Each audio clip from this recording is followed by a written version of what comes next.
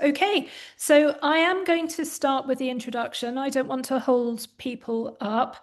And we're here today to talk about an aspect of interior design practice that is both commercially significant and technically challenging. So it's a particularly sort of gritty part of the design process. It's often the largest chunk of your client's investment. So it has great significance, and it's where your clients expect to see absolute precision, seamless coordination. You know, we all have very high expectations around this very technical part of the process. So as a designer, you have the option to DIY it. You know, you could be your own kitchen designer, but that obviously is going to involve a great deal of technical mastery. It's going to involve some risk for your business in terms of execution. And you're going to have meticulous detailing and sort of good confidence behind your capabilities. Alternatively, you could go to a known supplier, but then you lose potentially some of the profit that's going to come into your business. And you also lose your influence over the client journey because you're now bringing another client-facing entity into the project. And of course, the way we operate these days, any commissions that might come back to our business as a result of working with another visible partner needs to be in full transparency. So our clients see those commissions, they have to approve them. And again, that puts another sort of little kink into the kitchen design operation situation. So kitchen design for us is a curious paradox. It's a great opportunity, but it's also wrapped up in complexity and logistical challenge. So today, I am delighted to introduce everybody to Danielle Kudmany, who is somebody I know from boot camp previously, but she is an independent kitchen designer, which means that she is able to address a brief and go and find the perfect solutions for that brief without necessarily being tied to a specific brand or supplier. She's based in West London. She trained in architecture at UCL, so she's technically very strong. I know she has a wonderful eye for detail and she's very passionate about design.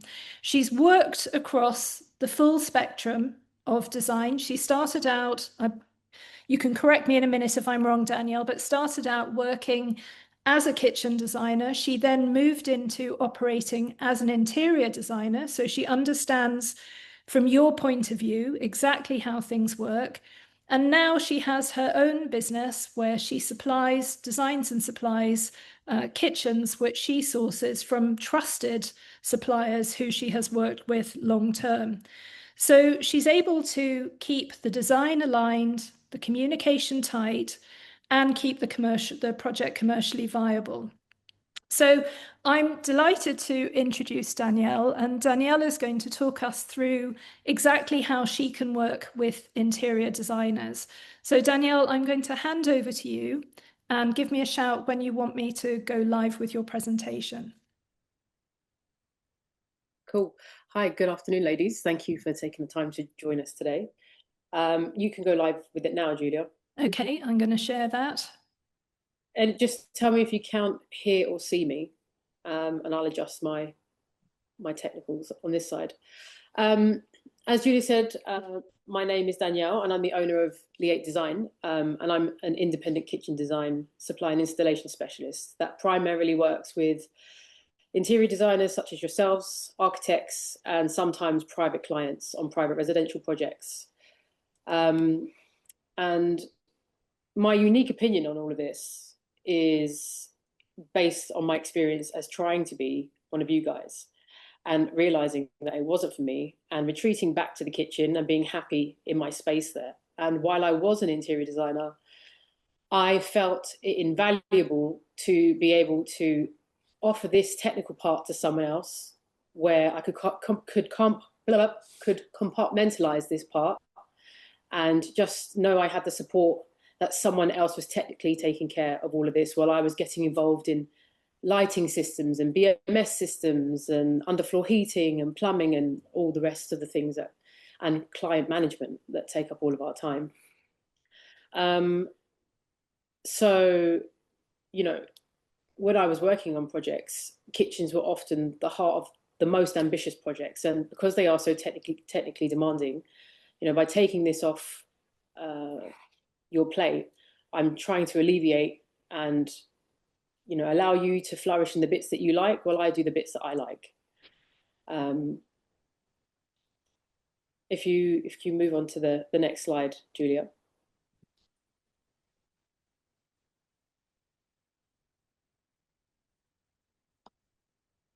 Are you seeing that, Danielle? It hasn't moved. Oh, Oh yeah, sorry, it has moved. okay. My bad, it has moved. Just a quick one. If anyone could everyone could put in the chat just how long your studio has been running, so that I could get an idea of who and what your experience is. It would really give me an idea of your experience of kitchens and how you've worked with them in the past. And so today's goals in general are to introduce myself, explain why and how kitchen projects are complex, and why a busy and evolving design studio would benefit from partnering with someone like me. And our ways of working with you so that suit your practice, our design considerations, process, and ideal timelines, and a little bit about our manufacturers, and then a conclusion as to why choose us and a selection of completed projects while we take on a Q&A. And this should take, I think, about 30 to 40 minutes. So a little bit about us. As Julia explained, I'm architecturally trained. And as we all do, I have an appreciation for the architectural context of space, details, it's all about the details, and the way space influences our behavior and fundamentally our well-being. And we all know that when we are manipulated by space, and it's why we do our job. So we adjust the space to allow it to enhance our everyday rituals. So although I fell into high-end kitchens in London design studios in Wigmore Street, it suited me quite well because it satisfied my technical and creative urges. I've been around a while, 18 years, and in various roles, as previously mentioned, as interior designer and project manager. So I understand the complexities of full refurbishment projects. And as I said, I've been on your side of the table, and I found the service that I provide to be an invaluable asset and a secret weapon. I also prefer the turnaround times of kitchens. While doing overall projects, 18 months to 2 years was just too long for me, and I just didn't find them as satisfying as the kitchen. And another reason I find kitchens wonderful is because by the end of the project, when everyone's fatigued and the kitchen goes in right at the end, everyone's really happy to see me turn up on site, because when people see me on site, they know the project is near the end. And so I return to the kitchens and I'm happy in this space. As Julia mentioned, we're based in West London, but we take on projects globally. And we specialize in the design, supply, and installation of gorgeous, sexy, and of course, functional kitchens and wardrobes for discerning clients around the world. We offer two services. So either just the consultation and design, or we take the entire kitchen scope of our client's plate. And this provides some relief because we recognize that expertise can vary across different areas. And we've refined our process to offer design professionals a predictable plug and play service using our trusted European manufacturers. This predictability allows some control and allows us to deliver awesome results and within time and on budget. I know running a project or a few can be overwhelming, and our partners trust us because we bring calm, control, and clarity to this part of the kitchen, giving them the peace of mind, allowing them to concentrate on their passions while we passionately pursue ours. Next, please, Julia. So, as most of you know, at the top end of the market, we spend time to refine these details that collectively elevate a kitchen space or spaces in general, right? Like, here are a few examples of off-the-shelf standard non-bespoke kitchen furniture that a good kitchen designer will avoid. And once you see these, you can't unsee them. I can't anyway. So as you can see in the first picture, unnecessary additional panels because maybe finished sides aren't possible, or end panels to the floor where the plinth it doesn't run through seamlessly. large chunky plinths that would otherwise be storage space and bigger cabinets, and fillers, big fillers everywhere around appliances because the doors weren't made big enough to fill those gaps. I mean, these are just to name a few, and there's nothing wrong with them, but they're just not refined. Next, please, Julia. So as I mentioned, having been in your shoes, I understand all the highs and lows and complexities and challenges, which is like, why do we do this to ourselves? Because the end result is so satisfying. And the satisfying part of working with suppliers as well, who deliver effortlessly, just to name a few. We get that client management and credibility are huge factors in our industry, and clients expect visible luxury at every stage of reinsurance. And we know when kitchens are spending 60 plus on a kitchen, they want to see and feel what they're investing in. So we're in a unique position as we have access to a trade showroom where we can offer a curated experience in London. It's close to the Chelsea Design Centre. We offer cohesive presentation materials without undermining your vision and helping you shine in front of the clients and build credibility in the process. Recently, I spoke to an architect who admitted that over a certain amount of budget on a project, she saw that showrooms were often winning the kitchen part because the clients were able to be persuaded and see things in context. So I feel very, very grateful that I have access to the showroom. It's a trade showroom that I'm affiliated to, and it's displaying one of the manufacturers I partner with. And because we're not a retail environment, we're not pressured by meeting sales targets and or squeezing as much furniture into the space as possible. So I have the freedom to design with a priority of executing your vision efficiently and optimizing the space beautifully, without the sales pressure that often permeates the retail showroom experience. And it's one of the reasons I've not returned to retail, because I felt it undermined the value of yours and our input. I've been in meetings in high-end showrooms where I can see the designers not listening to the client and they're just pushing for the sale.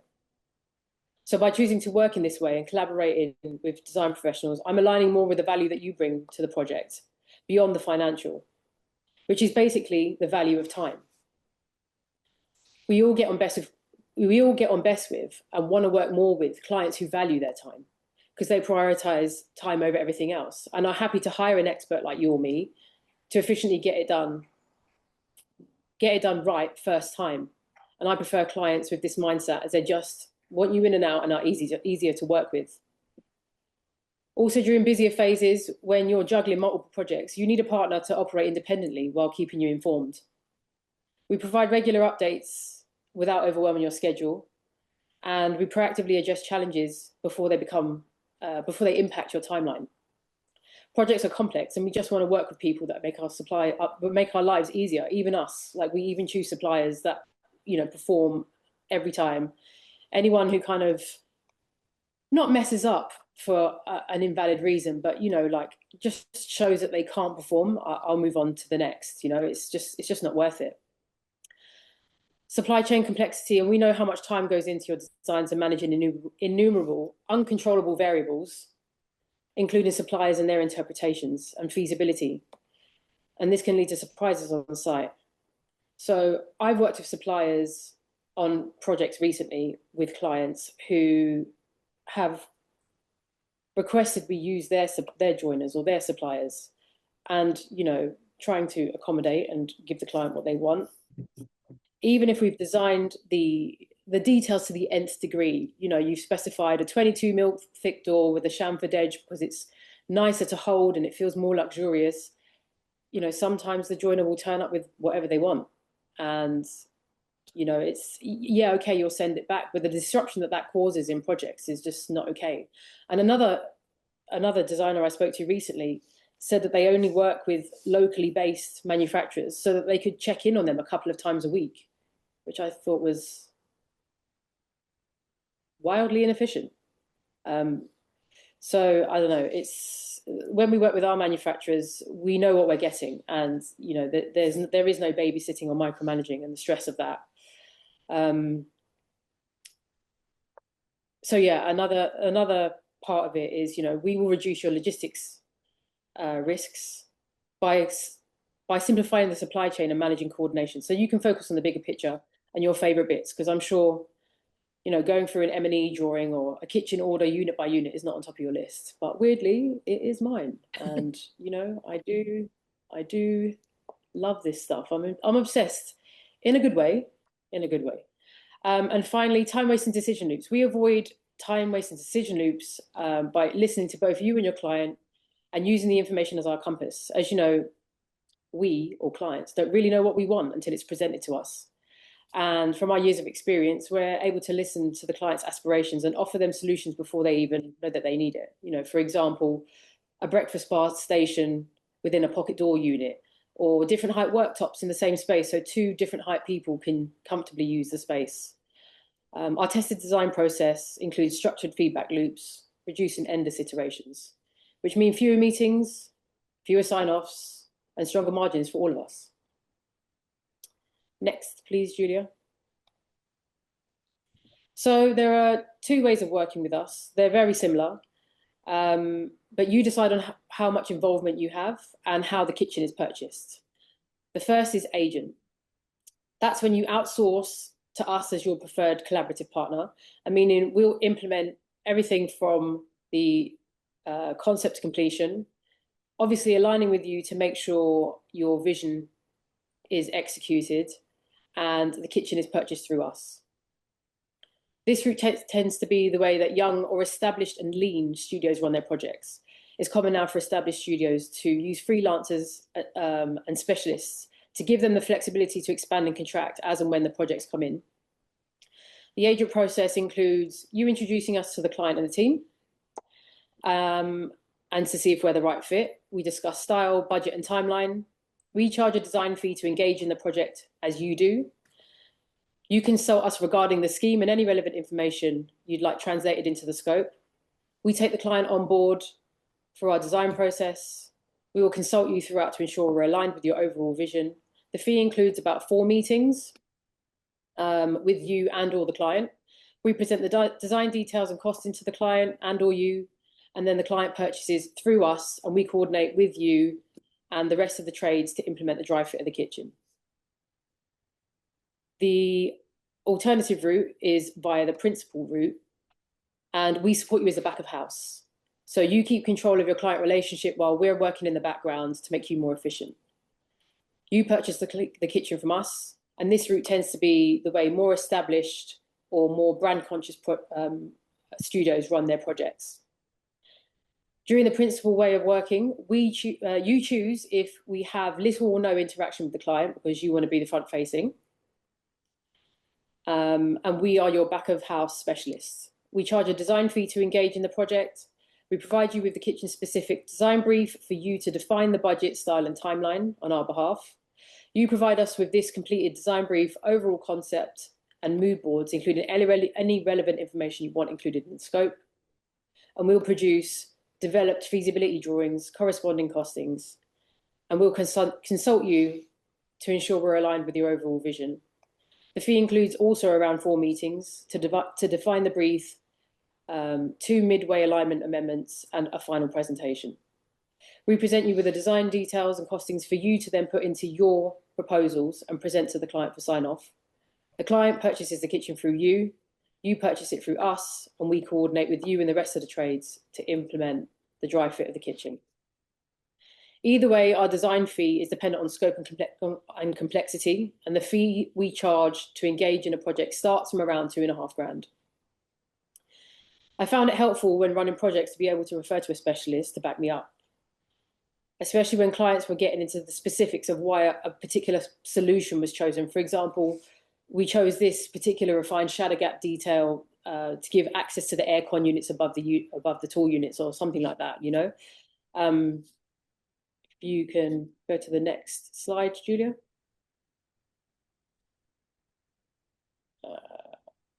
And so this takes us on to our considerations when we engage on a project. And the things we consider are the type of engagement, as explained, whether that's the principal or agent, the budget and timeline, which are the fundamental factors of every project. And we work hard to find the budget as early as possible so that it would inform the suppliers and details and materials that we suggest. So once we've defined the budget and timeline, when we take the design brief, we're encouraging the client to think about their aspirations of the space in the context of zoning and ergonomics, because these are a couple of the distinguishing features of luxury kitchens, like considered zoning and comfortable ergonomics that enhance the flow and thus the well-being first and foremost. If a space is easy and intuitive to move in and use, inevitably it's more enjoyable, and that's the point, right? A zone kitchen isn't just about a sink, hob, and a fridge. It's about logical flow.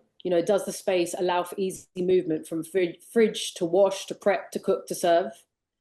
The ergonomics are the worktops and wall units at comfortable heights for various users. Social connection as well, because the kitchen isn't just a kitchen anymore. It's not just a functional space. Where are the kids going to sit doing their homework while I'm cooking? Or where is my friend going to sit across the island when she's having a glass of wine while I'm serving up? And so also, as we know, the kitchen is the place where form and function collide. And once the function is defined, the materiality supports the form, which is another distinctive quality of luxury kitchens. Balanced, beautiful finishes and refined details where junctions and changes of materials are harmonious.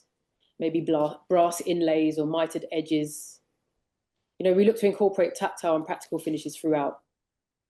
And lastly, we want the entire process and experience to be as smooth as possible, considering the pragmatic logistics from access to the site, whether we have to crane in a stone worktop that I had to do recently, to an efficient procurement and installation process that suits the project best. Like, don't tell anyone, but recently I managed to produce a kitchen within 5 weeks and have it installed in 2 weeks, because that's what my project manager that I've got a deep relationship with needed. And that's not normal. I would never promise those lead times to anyone, and it's not normal, but I was able to pull a few strings. So if needs must, generally lead times are around 12 weeks, depending on the finishes. But, if we need to make things happen, we can do that.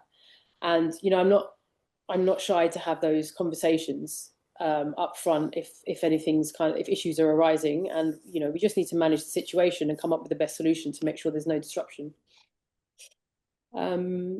Next, please, Julia. So then we move on to the process. Once all those things are considered, we take the client through the onboarding, the actual design process, then the ordering process, and then finally implementation. Next, Julia, because we'll go into this in more detail. So this is the process in more detail with ideal timelines. So the onboarding process in general takes around 3 to 4 weeks. The overall projects generally take about 39 to 40 weeks. And that includes the onboarding process of 3 to 4 weeks with your initial meeting, your design brief, and appointment and design fees paid. The design process takes about 8 weeks, with initial presentation and the cost takes about 2. With developed presentation costs and feedback takes another 2 weeks. And generally, we only need about 2-3 meetings to get to a point where the client is happy to sign off and an order is placed and we request a deposit. Next, we go into the order process, which is about 17 weeks. Once the deposit is placed, we then go to site and do a site survey, and we come back and make sure that everything within our order is tight and what we're ordering is exact. And then the order confirmation goes back and forth between me and the suppliers for a couple of weeks to get that all refined before the button is pressed and it's put into production. Furniture production is about 12 weeks, excluding Christmas shutdown and August shutdown. So I'll take that into consideration when someone's talking to me about a timeline. And then once the kitchen is ready to be shipped, we will request payment 2 weeks before delivery, and we will come back to check that the M&Es have been put in place by the contractor, and it gives them plenty of time to make any final adjustments to move switches or sockets or light switches or out of the way of our furniture, which shouldn't have been there in the first place anyway. And then once implementation starts, that takes about 8 weeks, where the delivery of the furniture and appliances takes about 2 weeks to coordinate all of that. Installation initially takes about 2 weeks. Then we template fabricate and install the worktops. That takes about 4 weeks. And then we have a week of snagging at the end. And then we organise handover, where we provide the client with all of the operations and maintenance manuals for all the aspects of the kitchen, and encourage them to register their appliances so that those manufacturers can give them service if they need it. If anyone would like this in more detail, and the procurement routes in more detail, please just drop your emails in the chat and I will send you a PDF. Next, please, Julia. A little bit about our manufacturers. We've worked with these manufacturers for over 12 years, and we've selected them because they're reputable and they've proven that they're able to produce a high quality of furniture on time and on budget, giving us confidence in the control of our supply chain. And in order to be efficient, all manufacturers start with modular components which then have different levels of customization. So our cost-effective manufacturer, like I said, they start off with modular units, and they do have a level of customization, but with limits. So you might only have, for example, a RAL library chart to choose from, rather than all the library charts to choose from. The mid-range ones are highly customizable, with a good level of finishes, dimensions, and details. And then the high-end one is highly customizable. Any metal detail you can think of, or any metal detail or finish you can think of, like metal sprayed doors or stone finished doors, or any handle detail you can think of, they can produce it. And another reason I've chosen these manufacturers is the quality. Not only is the quality of them fantastic, but the design details run through. So sometimes when you're being smart with the budget and you're putting the really high-end sexy stuff in the front, and then you choose to put a more cost-effective one in the boot room or laundry, we can mix and match manufacturers, and the plinth height detail will run through, or the handle detail will run through. So they'll look the same, but just the finishes are more cost-effective. And this gives our clients the confidence to hand over this technical part, knowing that we'll handle every detail using the appropriate suppliers with enthusiasm and consideration. Next, please, Julia. So, in conclusion, why collaborate with us? Inevitably, we're partners in this, and your success is our success. So, we're here and we love what we do. We're experienced and reliable. And if you focus on what you love, we focus on what we love, we'll get to the end and everyone will be happy. Kitchen design and installation isn't just what we do. It's like, I'm genuinely excited about it. I was going to say our team. I think I wake up every morning and I'm thinking about unit tolerances and appliance integration and workflow optimization. And I know it's sad, but it's true. And that enthusiasm translates into meticulous attention to detail that matches your own standards, right? We align to your valued way of working, either as agent or principal, with no sales pressure, undermining the added value we bring beyond the financial. We integrate seamlessly in with your design process, whether you prefer to involve us early or at more or later at the time when it's all specced up. Our team understands how to work within your established client relationships and project workflows. We enhance your service offering with access to a luxury trade showroom and material samples. We offer a reliable supply chain with no need to coordinate third-party trades, wondering if components will arrive on time or meet specifications, like a 22mm thick door. And this means consistent quality, predictable timelines, and the ability to pivot quickly when your project needs to evolve, like a 5-week turnaround. And also top-grade installation. We all know a successful project can hinge on the quality of an installation. Pun intended. We're proactive and we provide regular progress updates and immediate notification of any issues. And we believe in keeping you informed without creating additional workflow for your teams. We provide technical expertise that protect your reputation. The kitchen involves countless structural technical considerations, from structural modifications to complex service integrations, and we handle all the finer details that elevate the kitchen, including specification and compliance requirements, so you can be confident that this critical component of your project will be executed flawlessly. And streamlining your systems resulting in time saving that accumulate across your studio. Our clients typically save 15 to 20 hours per kitchen project in coordination alone. Giving them the freedom and peace of mind that we'll take responsibility for everything and do everything in our power to make it run as smoothly as possible, guarantees and all. Allowing you to concentrate on the client relationship as well, because we know how much effort that takes. And knowing how complex kitchens are, when I was running projects, I just knew I didn't have the technical capacity to take on the kitchen scope. Because like I said, I was dealing with aircon and pressure changes and soundproofing and HVAC systems. So I felt relief when I was able to outsource this to my reliable kitchen suppliers. And if any issues arose, they came with solutions before I even knew that there was a problem, making us all look in control and professional in front of the client. The reality is kitchens are complex, but they don't have to be complex for you. When you partner with us, you're not just outsourcing a challenging scope, you're getting a specialist team that's committed to your project as you are. I'm confident we can bring significant value while making this aspect of your work more enjoyable and efficient. Next, please, Julia. So this is an example of the types of drawings and documents we prepare, plans, elevation and renders, and then the final professionally photographed kitchen projects we recently completed. So this is what the M&E drawings look like. And we prepare and issue these to contractors to prep the space for us. These are issued well in advance, and we go on site to go through them with the relevant contractors. Next, please, Julia. This is an example of the elevations. So everything's laid out, like they have dimensions and power requirements and all the details of the appliances. And we're on hand to answer any questions that they have. And we prep these before the stuff goes, the furniture goes into production, so that we know what we're ordering is actually going to fit.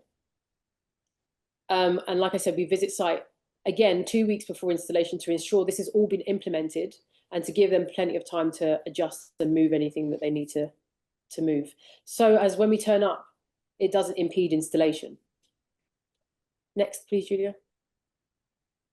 And these are the types of renders that we prepare. So, and we also prepare walkthroughs as well.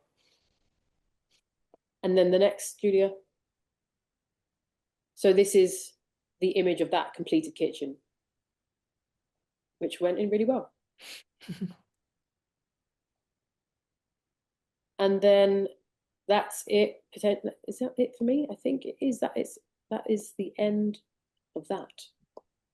Moving on to a selection of completed projects there, Julia, that we can flick through while we ask any questions.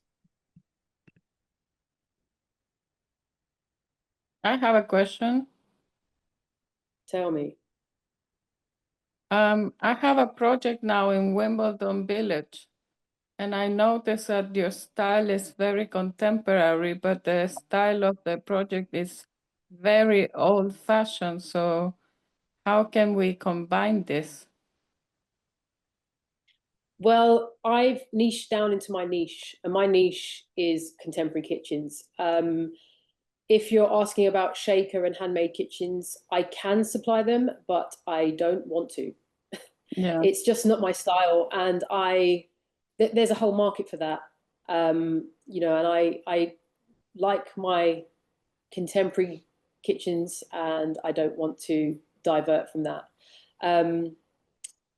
You know, and often what happens, I found in projects working with designers, is even if the rest of the home is a bit more traditional or eclectic, the kitchen tends to be the place where interior designers and clients are happy to go a bit more modern and contemporary. So there might be scope for a contemporary version of it. Also, the other thing we do is, and it's a bit of all the rage now, it's a trend now, which is this thin framed style. And that is a modern take on the shaker. So, you know, that's another aspect of it. And generally what we can do with more modern contemporary kitchens is we can nod to the traditional with the use of materials and the details. Okay, thank you so much. I have to leave now, but all the success. Thank you. Thank you, bye. Any other questions for Danielle? if you keep flicking through the completed projects, Julia. I think I got to the last slide. Hold on. I have a question, please. Tell me. Hi there. Thank you so much for that. Hi. This is great because I asked in the group at the beginning of the year because I was really confused. So I've just graduated from KLC, so I'm very new to all of this. About feels to me there's quite a grey area in terms of responsibility. And I don't know whether you can just sort of add a little bit more information. And I'm imagining it maybe comes down to whether you're an agent or whether you're acting as principal. But where does the responsibility of the kitchen essentially, who does it lie with? Does it depend on those two factors? So obviously, yes. So if you are working as an agent, essentially we are handing over as an interior designer the responsibility of the entire kitchen to you. So not just in terms of the design aspect, but also the functionality of it, where the drawers, how they open and that kind of thing. And if there's an issue. And the guarantees and everything. Okay. And then if it's working as a principal, then would the responsibility solely lie with the interior designer? Yes. Okay. Depends, basically, it depends, like with any procurement, it depends on who the client purchases with. And then that's the person who they have the contract with. So if they're purchasing with me, then their contract is with me and I have the responsibility. But if they're purchasing through you, then you have that contractual relationship.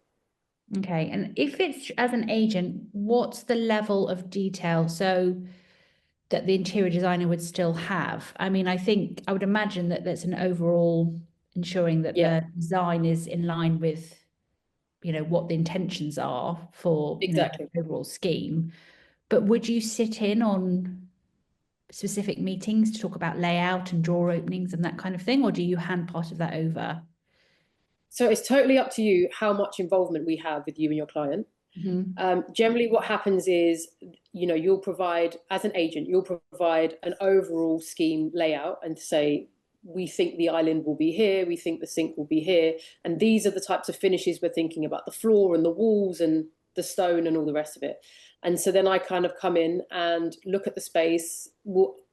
Either I or you will take a design brief, a specific kitchen design brief from the client, delving deeper into their aspirations for the space to see how they want to use the space. And then with our expertise, we will suggest certain ways that the space should flow best or not. And so, you will have some input in that because obviously it's your client, it's your project, it's your overall vision. And we just make sure that we are offering the best solutions for the space, but aligning with your vision. Okay. And presumably, just in terms of, so if you're acting as an agent, is there something like almost like an introductory, how do people get remunerated in that kind of scenario? Because as an interior designer, is that like a finder's fee kind of thing, or do you just? Yeah, we can put something in the if you're an agent, we can put a intro fee and label it as such. Okay. On the proposal to the client, and we will just tell the client up front, like, this is our intro fee. Are you happy to work in this way? Right. So the interior designer gets that fee, do they? Yeah. Okay. Yeah. If the client is purchasing through me, once the project is complete, you will then have that you invoice me for that. Okay. Because I guess the other way is taking some of the trade discount if that ever applies, but then I would assume that means that you're then responsible for the sort of nitty-gritty details of the kitchen, which I think is quite a challenging place to be. I mean, technically, I am always responsible for the nitty-gritty details of the kitchen. Okay. Technically. Yeah. Even if it's principal, or because then I'm responsible to you. I'm just not responsible to the client. Okay. But the interior designer is in that chain more so than if, Yes. Okay, thank you. And if you act as principal, the idea is that I give you the trade costing and you put it into your proposals Yeah. as you wish, mark it up as much as you wish, Yeah. and you present it to the client. Okay. Because the contract is between me and you. Mm-hmm. But then I have a contract with the client. So it's, Yes. yeah. It's like with every procurement Yeah. setup. Yeah. And with the agent setup, you just have to make it clear up front with the client where their money is being allocated so that they're happy with that. Yeah. Yeah. I think it's just, yeah, it was just more, it's more, it seems more of a complicated, obviously it is a more complicated purchase, but I guess as you say, it just works the same as in any other way. But yeah, you know, being a principal is certainly you can I guess, you know, you can earn more money that way, but it's a lot, there's another layer of complexity. So there's no such thing as a free lunch, I guess, is the no. Also, the other thing, it's very similar to how I see it, is into how the soft furnishings are arranged, right? Yeah. So when you're arranging for window dressing and you're having to go and purchase everything separately, right? Because that's what this is. This is a package price, a packaged project, a kitchen in itself. The same as window dressing. You're buying the fabric from someone. You're then having to send and get the lining, and then you're having to send it all to get fire rated, and then you're having to send it to get stitched. Then you're having to install it and dress it, and there's all of these components that just can't be broken down because it's a package. And in a similar way, you know, you choose to become an agent or a principal. And the worst thing I can advise is when a client starts to try and salami slice, they want to see this and they want to see that. Those are the types of clients that I want to stay away from. They just want a package deal. They value their time. They want you in and out. They want an expert to do their bit, and they trust them. And I think with a showroom and being able to kind of show them around and let them touch and feel, that helps them understand that what they're investing in is something real, something tangible, and it brings credibility to all of us. Yeah. Well, I think trust stands for a lot, doesn't it, in this? Yes, absolutely. Yeah. Absolutely. Thank you very much. Okay, Danielle. Do we have any? Kate, go ahead. Hello. Danielle, when would you start talking budget and to involve you? I mean, at what point? Because most clients have some sense within tens of thousands, I would say, what they're thinking they want to spend, with no real sense apart from they might have gone into some glitzy showrooms or something. So, you know, with your involvement, which is obviously an amazing addition to any of us, how do we approach you knowing that a budget is kind of worthwhile to do that? So I would say when you're first talking to a client, one of your fundamental questions is also budget, right? Budget and timeline. And also, having worked with experienced interior designers and architects, they will also, in their mind, from experience, allocate a certain budget. But it all depends on what the client sees value in. And so that's why I feel like the showroom is quite a useful tool in that it currently only shows my top end that I supply, but it's a good place to work backwards from because clients don't know what they really want until they see it, and sometimes then they find the budget to invest in that thing. It's good to bring them down to the showroom and basically start throwing figures at them. And this is another example of that thing, Julia, where we were talking about what was those statements called? Implicit statements or elicitation statements. Yeah, clients always have an idea of budget in their mind, even if they're not telling you. They do whatever they see value in. And if you start throwing figures at them, like this beautiful kitchen here starts in at around 60 grand, and they won't be able to help themselves but go or and so that's why the showroom's a good tool to see, like, where do they sit What do they see value in? Are we talking these type of pocket doors? Is that what you see value? Oh no, I don't see value in that kind of thing. So the showroom's a good tool to help ease out and tease out that the budget. But also the other thing is I do have 3 different manufacturers that I use. So one's far more cost effective than the other. And again, showing them all these sexy finishes, you know, they might start off with a really beautiful, you know, stone clad door. But then, you know, if the budget is half of what I'm suggesting would be the cost of that kitchen, then we could go to a laminate version. And, you know, honestly, the suppliers that I use, their finishes are unbelievable. Like I just installed a melamine walnut door in, and unless you touched it, you wouldn't know the difference. These days, they look fantastic and they're super durable. So it really depends on the client and the budget. And we have a range of suppliers that we can choose to fit those projects. But yeah, I would say early on, as early as possible, so that we can work out who we're going to use and what the timelines are. Mm-hmm. Okay. Thank you, Kate. Any other questions for Danielle?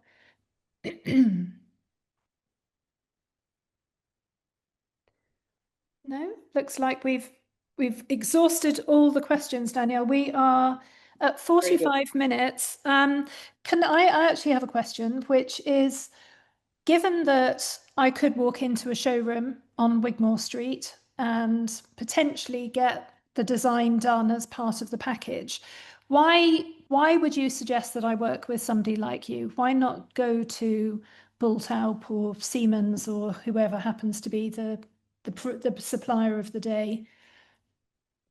Good question.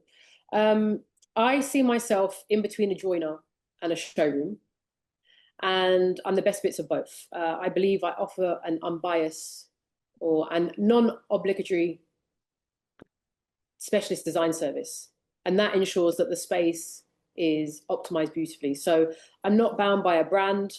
I'm not stuck by their details, like the big chunky plinths that you might see.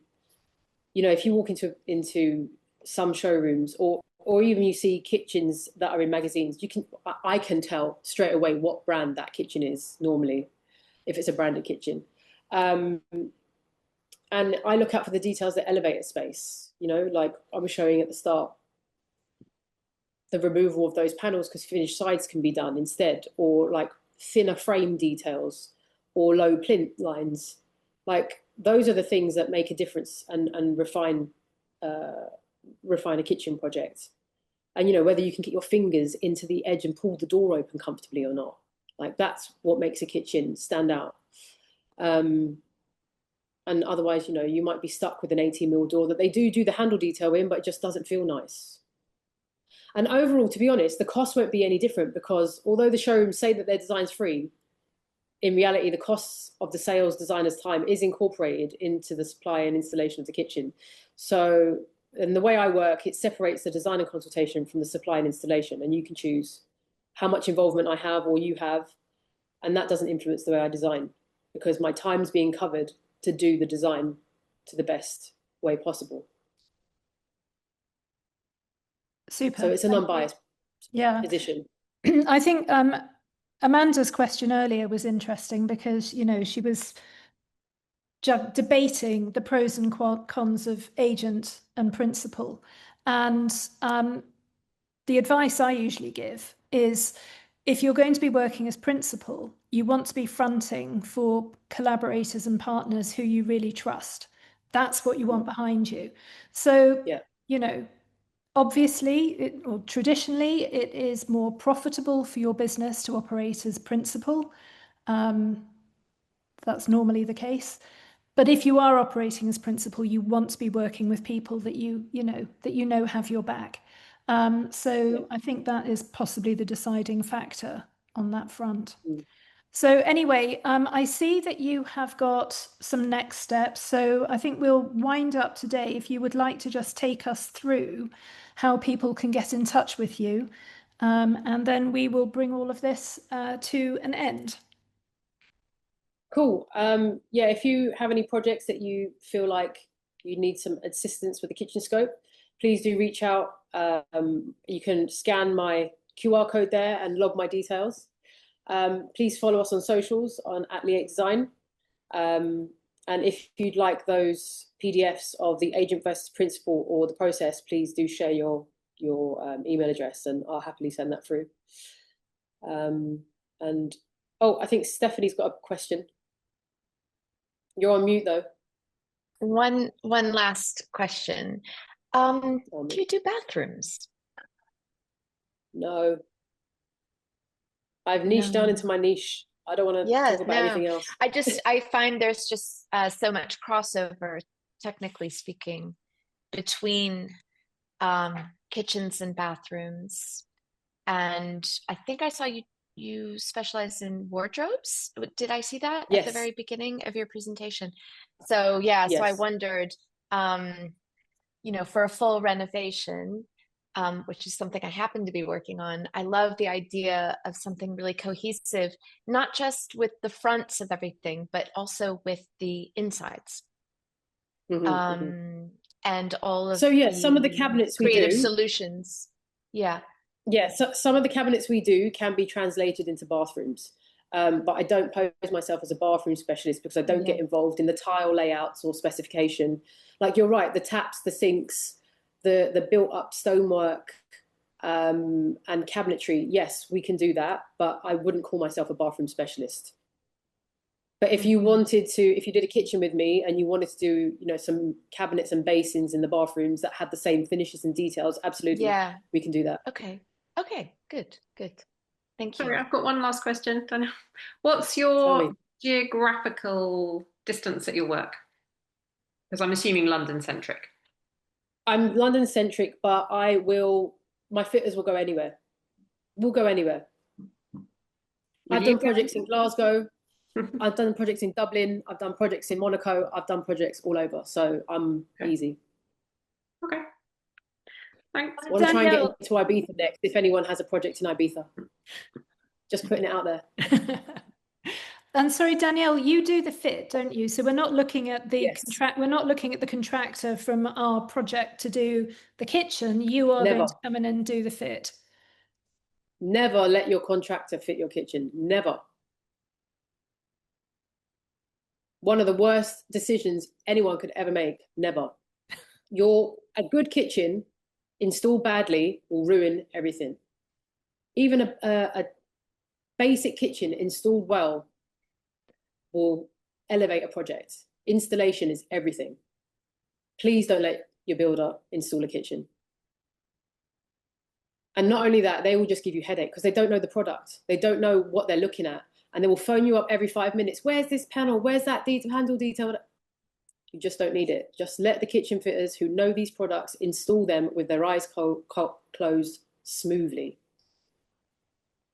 Well, brilliant. I think that's just the kind of terrifying note that we should end the presentation on. I'm going to stop sharing. Thank you so much for your time today. It's been lovely to see you in your professional mode. And I know just how much, you know, you are quite an unusual mix of someone seriously technically minded and in love with the details and the finishes and the materials. So that is just a brilliant collaborator to bring onto a project. So thank you. It's been very interesting. And thank you to everybody else for turning up here today. And most of you I see regularly, so I'll see you at some point soon. So take care. Thank you, Danielle. Thank you very much, both of you. Thank you. Okay.